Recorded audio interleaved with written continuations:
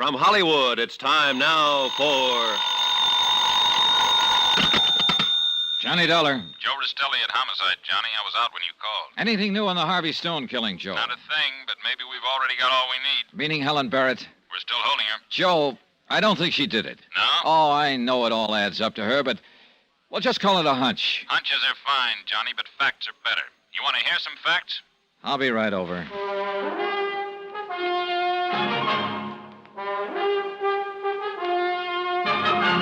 Tonight and every weekday night, Bob Bailey in the transcribed adventures of the man with the action-packed expense account, America's fabulous freelance insurance investigator. Yours truly, Johnny Dollar.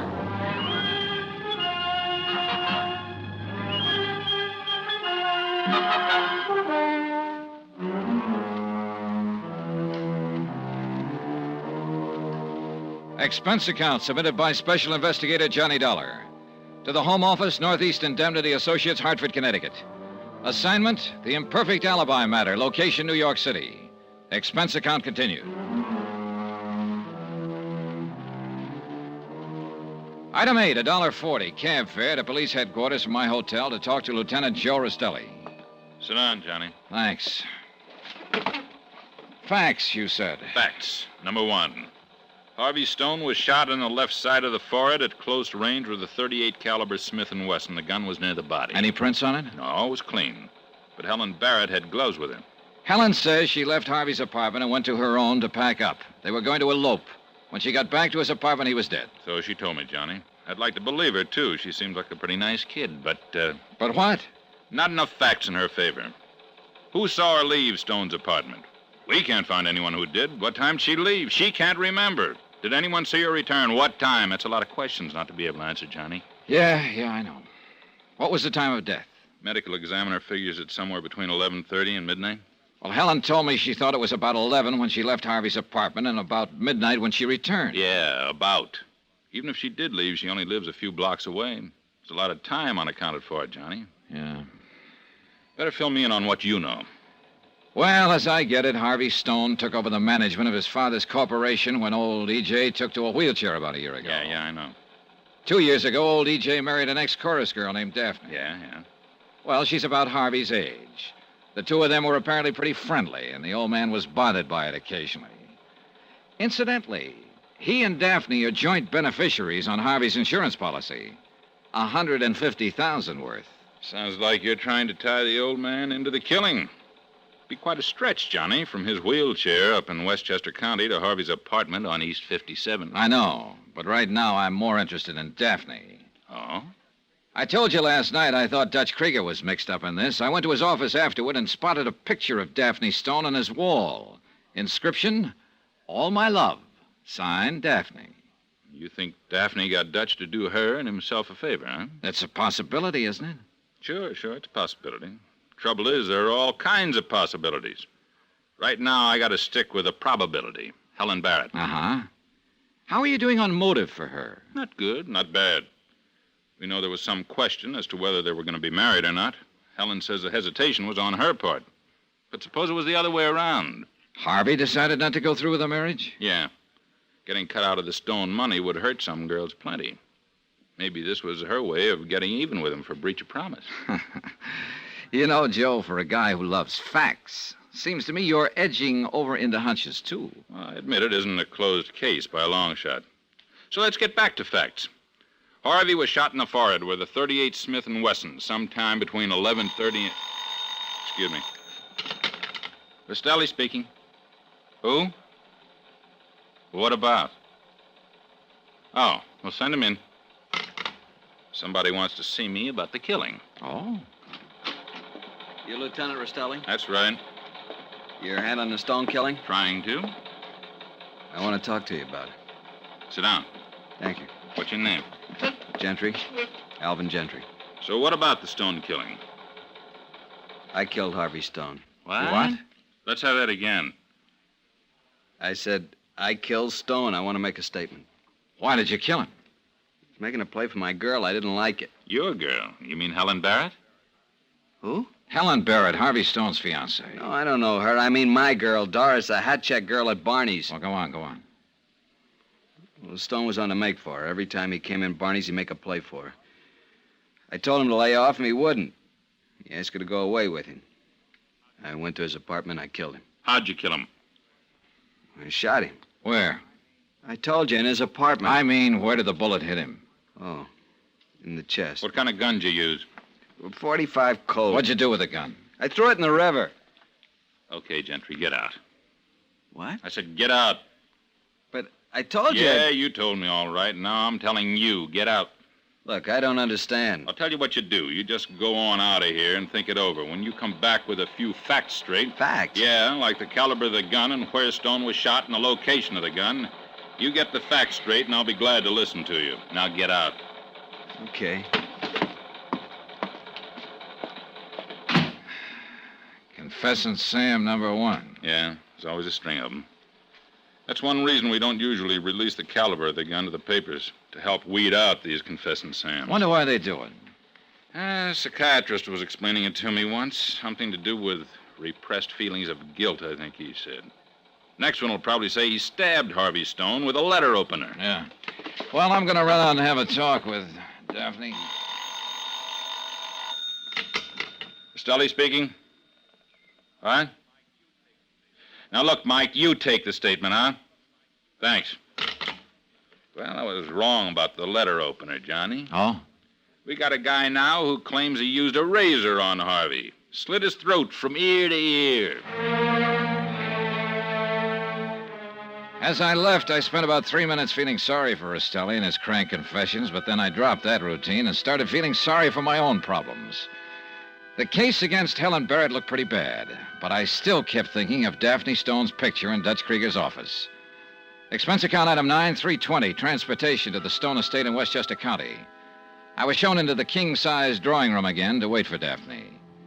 But then I saw a very interesting sight that wiped Daphne out of my mind for a moment. It was old E.J.'s wheelchair at the door to the solarium. And what was unusual about it was that it was empty. I edged toward the door. Then I got a glimpse of E.J. puttering around his orchids. He spotted me, though, and hobbled quickly to his wheelchair. With an abrupt wave, he wheeled into the hall and out of sight. A couple of minutes later, in came Daphne. Hello, Johnny. Daphne? Look, you said it was important that you talk to me, but I really don't feel much like talking after what's happened. I'm sure you understand. I think so. How's E.J. taking it? My husband is reacting as I suppose any father would who'd just lost his son. He's bewildered and hurt. You didn't tell me E.J. could navigate without his wheelchair. I saw him a minute ago inspecting his orchids. The wheelchair was parked near the door. I didn't think it was important, Johnny. It's true he can be out of his chair for short periods, but it's rather uncomfortable for him. Out of his chair for how long? Not long enough to get into New York and back, if that's what you're wondering. Thanks. You told me it was E.J. who was opposed to Harvey's plans to marry Helen Barrett, but I found out that you were the one who was fighting it. I suppose it was foolish of me to pretend otherwise. I guess I just didn't want you to get any wrong ideas. About what? About the reason I opposed it. What's the right idea? The name of Stone means something, Johnny. Dignity, tradition, breeding. I doubt if someone like Helen Barrett, an entertainer, nice as she is, could keep that tradition alive. Are you kidding? I'm completely serious. Something like this happened once before with Harvey's secretary, Martha Winters. And you stopped it just like you were trying to stop him from marrying Helen. I don't like the way you put that. I merely persuaded him to think of the family name. You know, you kill me, Daphne. What do you mean by that? This dose of blue blood you've picked up, aren't you a Daphne come lately yourself? How dare you? Save it. E.J. told me he lifted you out of a chorus line when he married you. Now, how about it? Yes, it's true. So where do you get off with this? I don't suppose you'd ever understand this, Johnny. But there are chorus girls and chorus girls. This I know. I had to support my mother somehow. But all the while, I knew that life wasn't for me. And when I got a chance at this life, I took it. And since I married Edward, I've lived the way anyone with the name of Stone should live. I've put my past behind me. Even Dutch Krieger? Dutch. Yeah. Yeah, I saw your picture on his office wall. He was part of the past. It doesn't exist anymore. Isn't it kind of a coincidence he tried to worm his way into one of Harvey's business deals? I had nothing to do with it. And Harvey acted correctly in refusing to have anything to do with Dutch. I see. Then you opposed Harvey's marriage to Helen to protect the family name, huh? Just as I opposed the previous attachment to his secretary. Sure it wasn't because you didn't like the idea of competition? It's a pretty low thing to say under the circumstances. Well, just what are the circumstances? It's very simple. I've lost someone who was very dear to me. Even though I was Harvey's stepmother, we were practically the same age. Sure. I know people talked about it, made crude jokes about it. But I didn't care. Because I found in Harvey something I'd never had in my life before. Oh? What was that? A friend, Johnny. A real friend.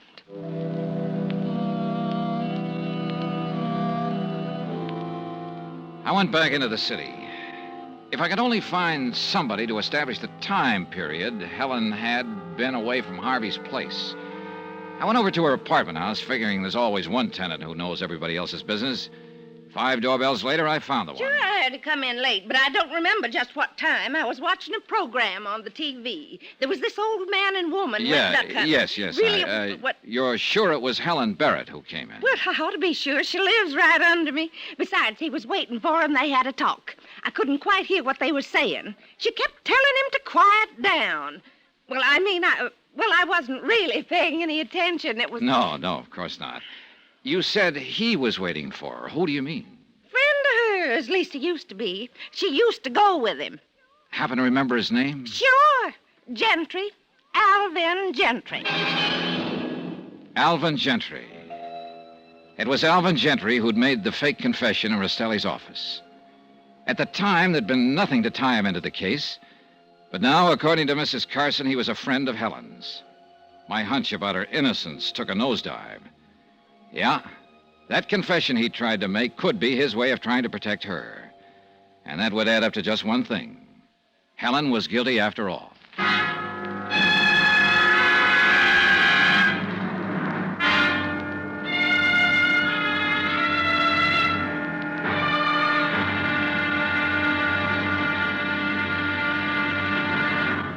Now, here's our star to tell you about tomorrow's episode of this week's story. Tomorrow, up pops an eyewitness and drives the final nail into the wrong coffin. Join us, won't you? Yours truly, Johnny Dollar.